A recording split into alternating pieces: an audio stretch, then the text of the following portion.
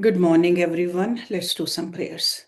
Om Guru Brahma, Guru Vishnu, Guru Devo Maheshwara, Guru Sakshat Parbrahma, Tasmai Shri Guruve Namaha. Om Bhur Bhavaswaha, Tatsavitra Vargo Devasya Dhimahi, Diyo Yo Nah Prachodayat, Astoma Satgamya. तमसो मा ज्योतिर्गमय मृत्योर्मामृतं गमय ओम सहनाववतु सहनौ भुनक्तु सह वीर्यं करवावहै तेजस्विनावधीतमस्तु मा विद्विषावहै ओम शांति शांति शांति.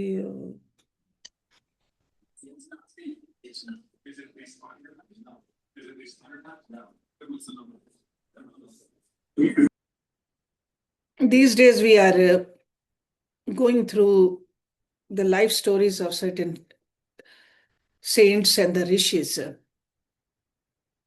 And we know the names. We know few of the stories, but we are trying to learn a little bit more about them. They have been a big part of our childhood also, adulthood also. The scriptures we study also, we read their names quite a bit. And today we are going to learn about Rishi Durvasa.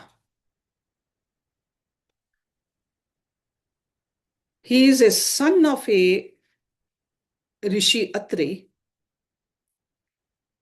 and mother's name is Anasuya.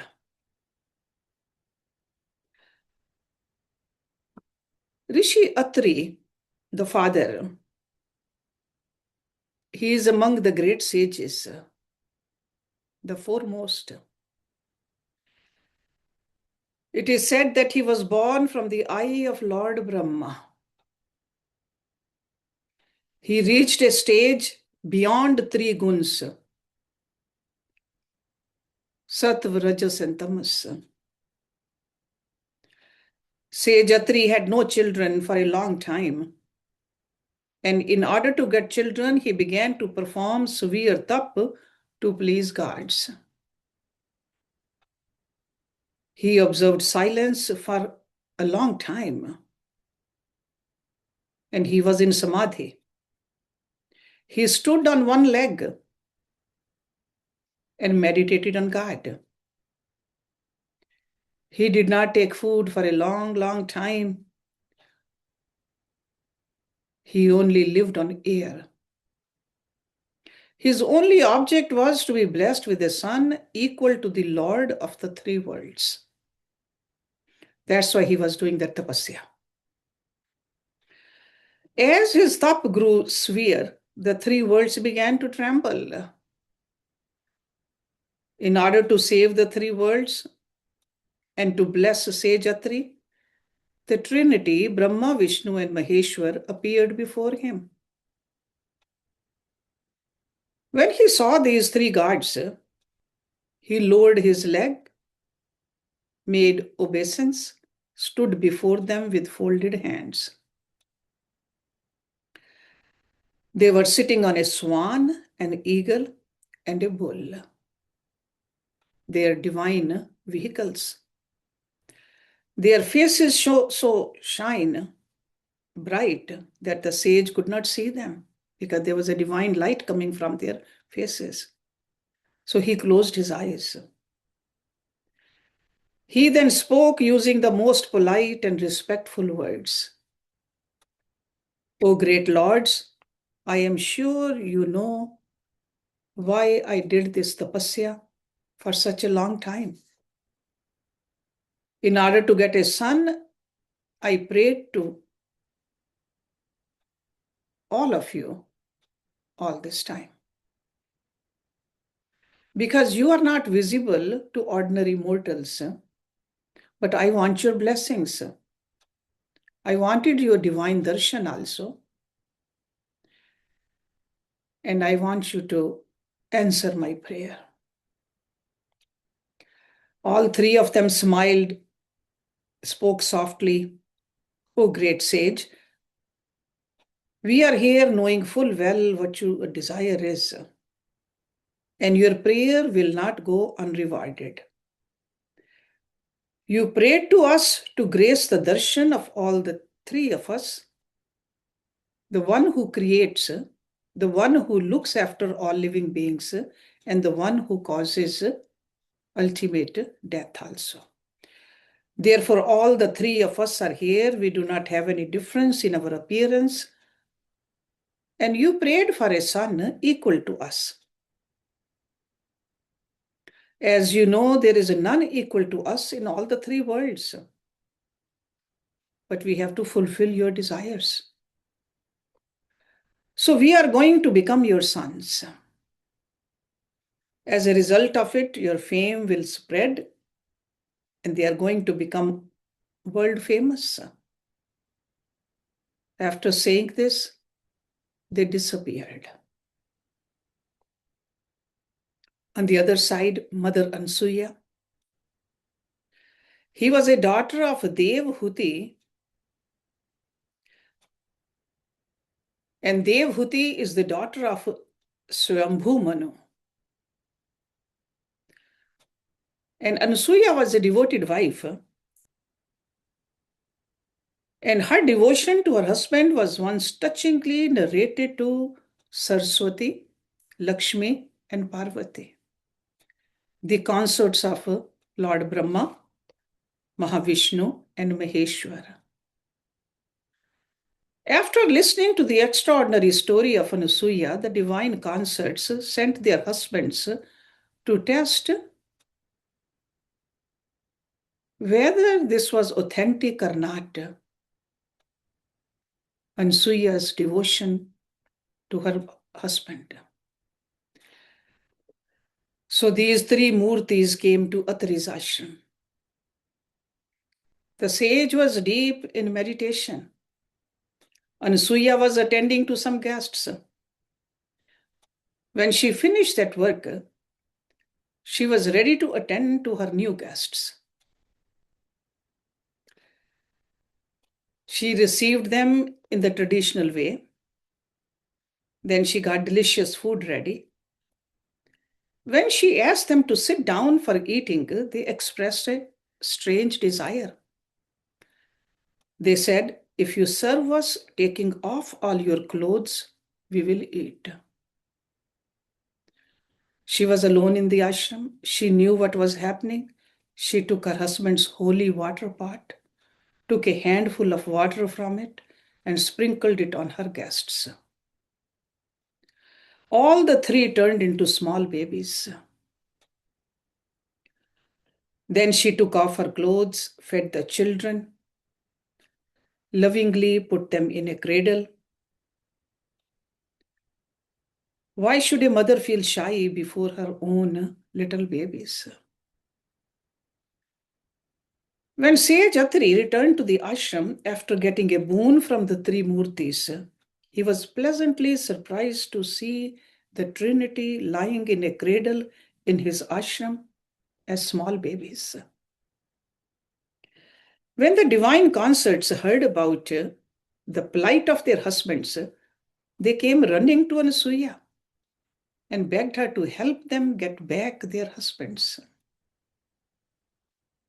At that moment, Anasuya washed her husband's feet, and with that water, she brought the three murtis back to their original form. Then Atri and Anasuya worshipped the divine couples.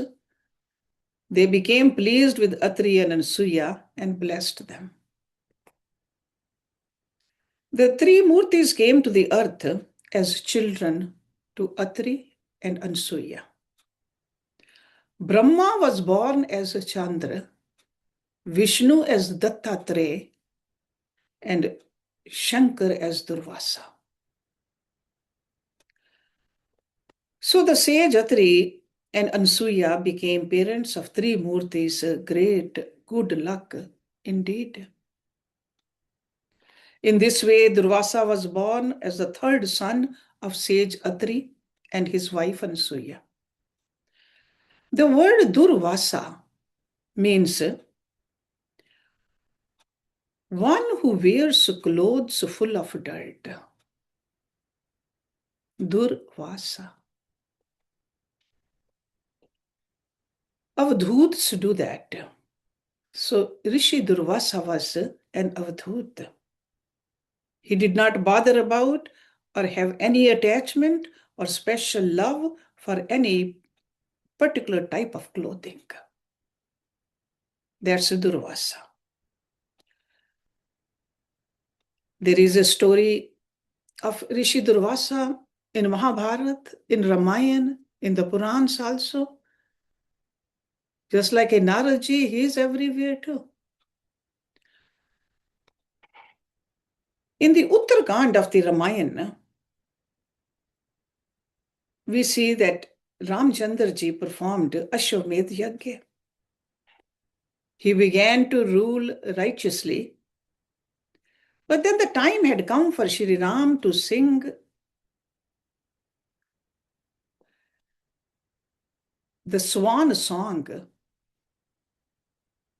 to his incarnation. At that time, Brahma sent Kal Purush with a message for Shri Ram. The message said that Shri Ram had to return to Vaikuntha as Lord Vishnu. And no one was allowed to listen to the conversation between Kal Purush and Shri Ram. And no one should be present at that point. If anyone broke this rule, such a person would have to be put to death. This was the condition set by Kal Purush, and Shri Ramchandra accepted the condition. Shri Ram accepted the condition and said to Lakshman, Lakshman, send away the gatekeeper. And as long as I am in conference with Kal Purush, you be there in the place of the gatekeeper.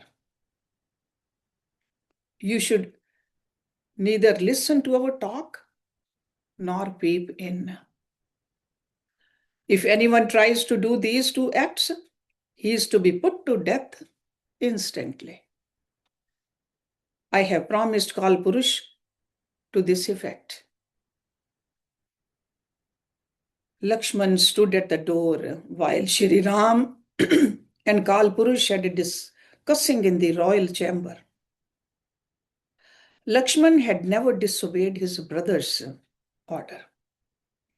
Unfortunately, sage Durvasa came to the place to meet Shri Ram.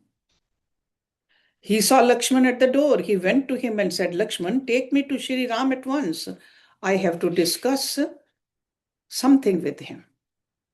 If I fail to do so, it would be too late for an important work I have to do.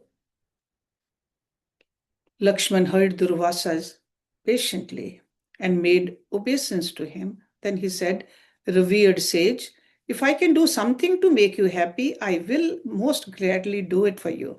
But Shri Ram is otherwise engaged. Kindly wait till he is free. The sage was very angry when he heard these words. He looked at Lakshman as if he was going to burn him alive. His eyes turned red.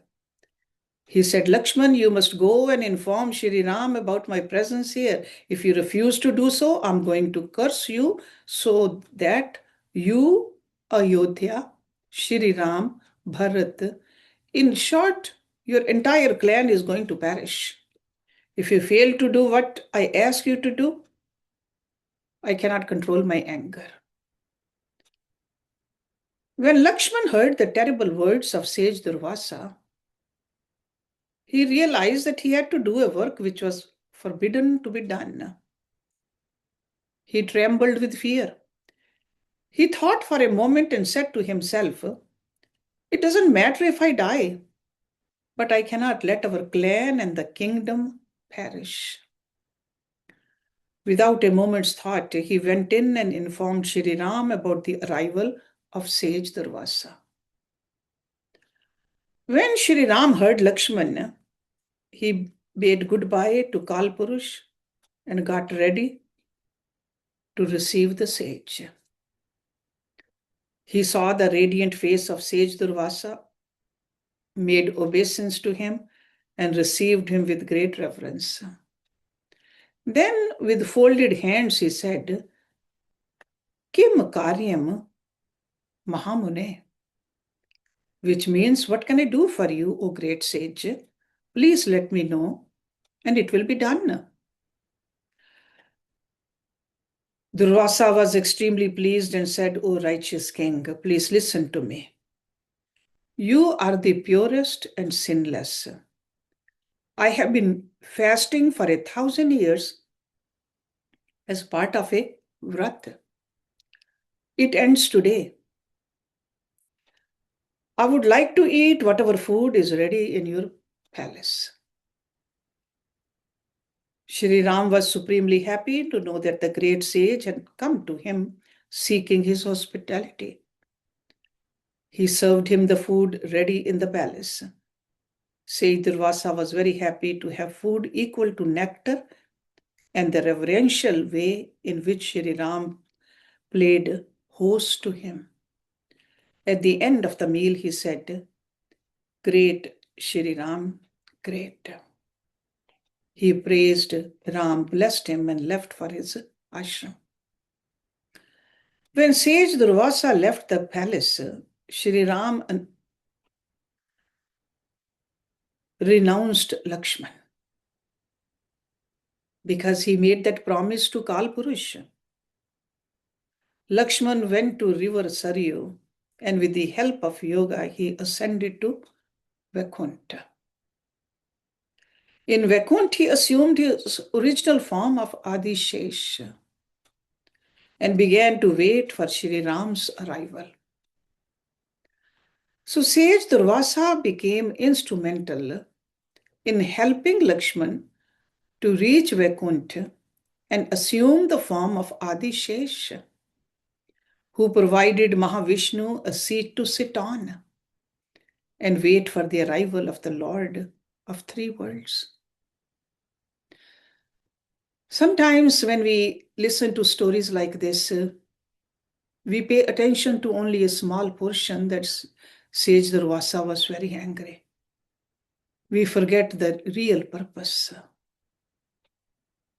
of him getting angry.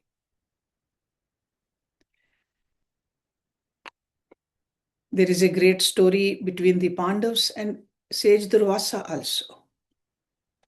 Because in Mahabharata, we see Rishi Durvasa again and again. Once the great sage Durvasa visited the court of King Kunti Bhoj.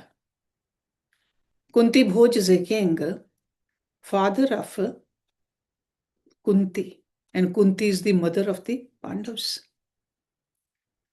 The sage came holding his holy dand.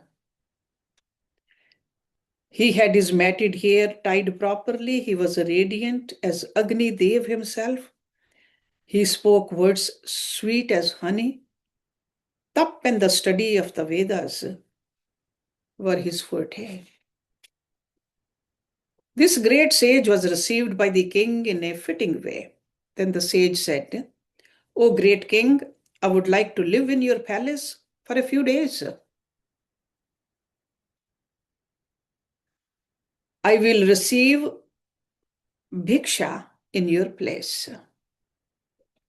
When I feel like going out, I might go. Then I'll come back when I please. There should not be any obstacles to my movements, the food and the rest. When I get up from sleep, everything should be ready for my bath and daily anushtan. King Kunti Bhoj agreed to all the terms set by the sage because he knew that the Brahman sage had no worldly desires. He thought it was the great good fortune that he was given a chance to serve a sage in his palace. He said to Durvasa, O great sage, I have a daughter by name Pritha, who is an adept in the art of looking after guests. She is extremely good-natured and committed to what she does. She will serve you. I am sure with great care and devotion, she will show you utmost respect. You will be pleased with the way she conducts herself before you. As you know, Prith is another name for Kunti. Then King Kunti Bhoj served the sage with Arghe, Padye, and with his permission, he went to see his daughter. He told her about sage Durvasa's conditions and said, Dear Prith, I know you serve Brahmins devotedly.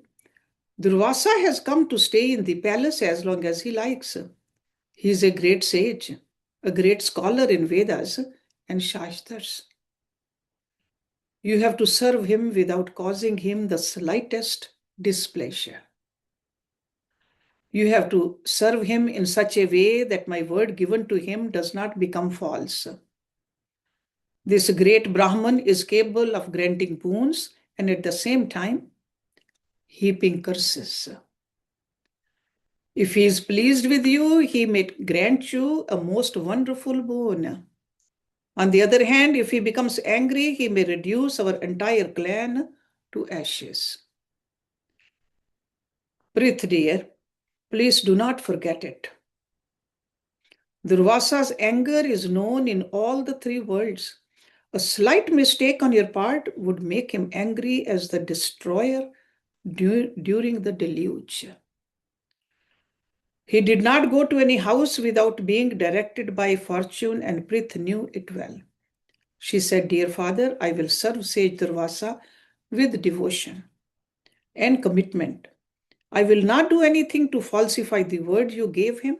I will make him pleased. Hearing these words from his daughter, the king was pleased.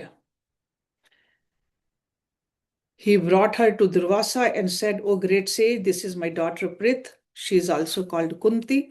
I am leaving her with you to serve you. She is a very young girl. If she makes any mistake unknowingly, kindly pardon her. Accept her services with love. The sage was pleased with the king's words and said, So be it. The king was overjoyed at the happenings. He gave a part of the palace for the sage to live. It was very clean, had all the facilities. The kitchen was equipped with everything excellent. Princess Kunti was ready to serve the sage. Just by looking at the sage's face, she would understand his needs and get them ready in no time. She began to serve him with utmost devotion. Rishi Durvasa was observing very strict vrat. His routine was very strict, but Kunti rose to the occasion and would not give the sage any chance to get dissatisfied. Sometimes he would leave the palace saying that he would come in the morning, but return in the evening. All the food she had prepared would get bad by then.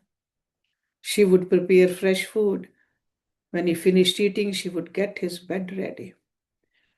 Kunti Bhoj was anxious all the time, fearing that his daughter would make small mistakes and that would make the sage angry. He would visit the sage now and then and beg him not to get angry with Kunti for her mistakes. When a person is short-tempered, it may not be so easy for the person stop from getting angry now and then. The sage would point out the princess's small mistakes and scold her for the time. He would speak harsh words, but Kunti's attention was on correcting her mistakes and her service became better each day. The sage would get up at the dead of the night and demand a sumptuous meal. Kunti would get tasty food in a very short time, request him to have it. Sometimes he would refuse it, saying that he was not in a mood to eat. Kunti would never get upset at such strange behaviors of the sage. She continued to serve him with greater devotion and make him satisfied. Sage Durvasa was greatly pleased with Kunti's devoted service and her polite and graceful speech. He decided to bless her. The king used to visit her and inquire about how she had been serving the sage. He would meet the sage and ask him whether everything was going on to his satisfaction. One day, Durvasa was in a very relaxed mood and called Kunti to his side. "Oh, blessed little princess, I am supremely happy with your service. Ask for boons which mortals can never achieve in getting. I will grant them to you." Kunti said, "O revered sage, I am blessed already. You are pleased with my service and I am really fortunate. That is a great boon to me. Will I be able to get a better boon than that? I am happy to know that you are pleased." Durvasa was intent on giving her something and said, "O blessed princess, if you do not want a boon, at least take this mantra, which I am sure will help you in your need. When you chant this mantra, having a God in mind, and invite him, he will appear before you and grant you what you desire for. Whether he desires or not, he will be yours for a short time." Though Kunti did not desire any such thing, she was scared to refuse it. She knew that the sage would get angry and curse her. She agreed to receive it. She had a bath, dressed herself in her best, and came to the sage. He made her sit near him and initiated her to a mantra from the Atharva Veda. Then he summoned the king and said, "Rajendra, I have spent almost a year in your palace happily. I am very pleased with your daughter's sincere service. I must leave now. May God bless you." Saying this, Sage Durvasa left the palace. The king congratulated his daughter for her great service to the sage.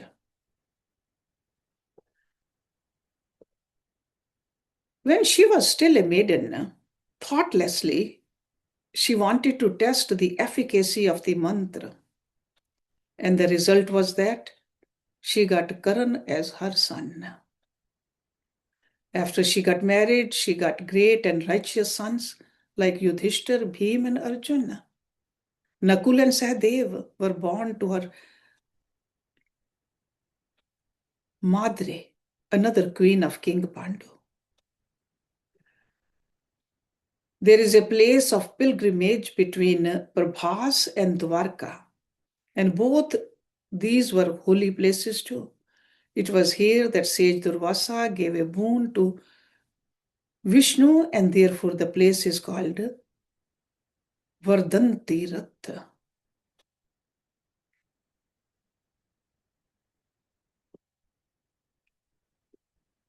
So there are a lot of other stories, but everywhere you see that Rishi Durvasa's anger actually meant for something greater, which people did not see in the beginning. There is another story between Pandavas and Durvasa and Kauravas also, because first he goes to Duryodhana. That was the time when Pandavas lost to the Kauravas in the game of dice. And they had to go to the forest for 12 years. They were not in the forest. They were not dejected. They spent time listening to discourses on religion, thinking about doing good to others. When Duryodhana heard about the contented life the Pandavas were leading, he felt jealous of them. Because he thought that they'll be very unhappy in the forest, but they were not. He discussed the ways and the means of putting them to shame with his aides, Dushashan, Shakuni, and Karan. Around the same time, sage Durvasa happened to visit Hastinapur, along with his 11,000 disciples. As soon as Duryodhana heard about the arrival of Durvasa, who was short-tempered, he put an end to his discussions. He came out, received the sage with all the honor, performing proper rituals. And sage Durvasa with his disciples stayed in that palace for a number of days. Duryodhana knew the nature of Rishi Durvasa.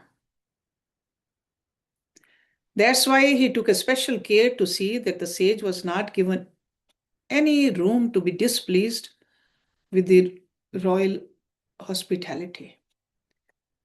He took upon the responsibility of providing the sage with all needs himself. The sage would ask for food. When it was ready, he would say he was not hungry and he did not need food. Duryodhana did not lose temper.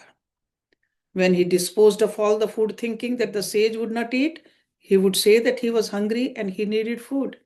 He would ask for food in the middle of night. Even when he was provided with the best and the most delicious food, he would not but complain that it was not good. Still, Duryodhana pretended happiness. He never showed any outward dissatisfaction. Sage Durvasa was pleased with Duryodhana and said he would grant him anything he asked for. Duryodhana had already decided what to ask for. He had planned it with the help of his aides.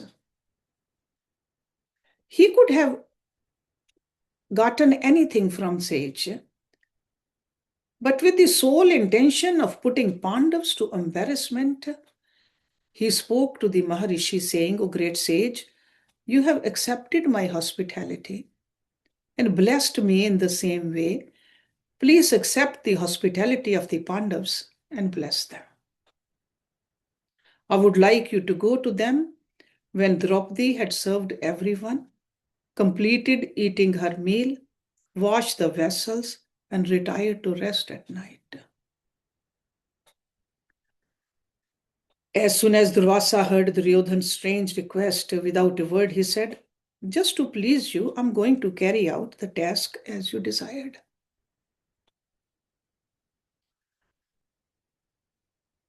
Yudhishthira, when he lost the game of dice, had to retire to the forest along with his brothers and wife Draupadi. Hundreds of scholarly Brahmins also followed him. Yudhishthira found himself unable to feed them. Then he prayed to sage Dhaumya to help him. And on the sage's advice, Yudhishthira prayed to sun god, Surya Dev. Sun god appeared before him and gave him a copper vessel, saying, "Dear king, this is the Akshaya Patra. This will give food for all of you and also for the guests who come to you. But as soon as your wife finishes eating, the vessel will become empty and then it will fill itself only the next day." And looks like Duryodhana knew about this. And that's why he is sending the Rishi Durvasa after Draupadi has eaten and washed the vessel. The Pandavas followed the conditions set by Surya Dev and were able to play host to hundreds of guests and eat for themselves also. One night, sage Durvasa landed in the ashram of the Pandavas along with his 10,000 disciples now. Yudhishthira was happy and he received the sage with all formalities, and his brothers helped him. Without an atom of thought, he said, "O great sage, have a bath and come to receive our hospitality."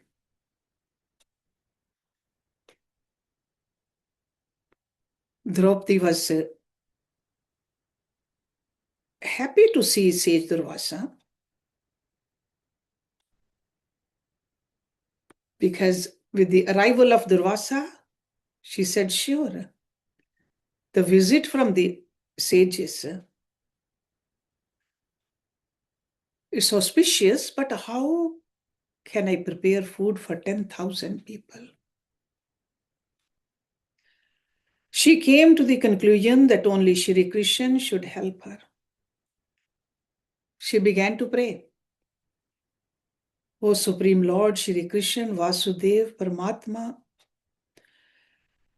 it was you who saved me when I was about to be put to great shame in Kaurav's court. Now my husbands are in serious trouble. Take refuge under your grace. Please save us." Shri Krishna heard Draupadi's prayer and came straight to the forest, not even informing Rukmani. He stood before Draupadi, who was still in deep meditation. Her joy knew no bounds when she saw her savior, whom she had fixed in her heart and praying, standing before her. Tears of joy began to roll down her cheeks. She touched his feet and gave him a seat to sit. She told him about the arrival of sage Durvasa, along with his 10,000 disciples. Playfully, Shri Krishna said to Draupadi, "I have traveled a long distance and I'm hungry. Give something to eat first to me, then we will talk about your problems." "O Lord, the Akshapatra given by Surya Dev is empty and my dinner is also over." She pleaded to Shri Krishna. Shri Krishna said, "Sister, don't make fun of me. I am really hungry as a wolf. Get me that pot. Let me see." He got the pot almost by force.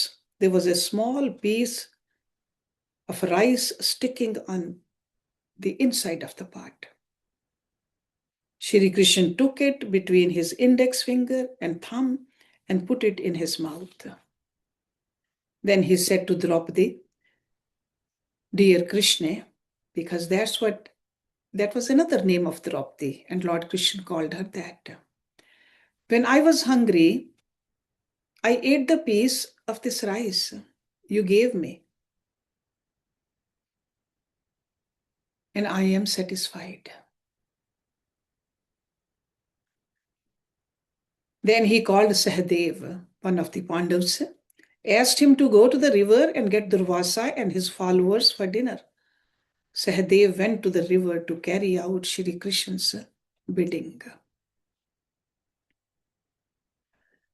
While Rishi Durvasa and his followers were having a bath in the river, they were chanting some mantras. They had a dip in the water. To their great surprise, they got the feeling that they had a big feast. They started belching. When they came out of the river to dry themselves, they began to look at each other. They were feeling very heavy, as if they had a sumptuous feast.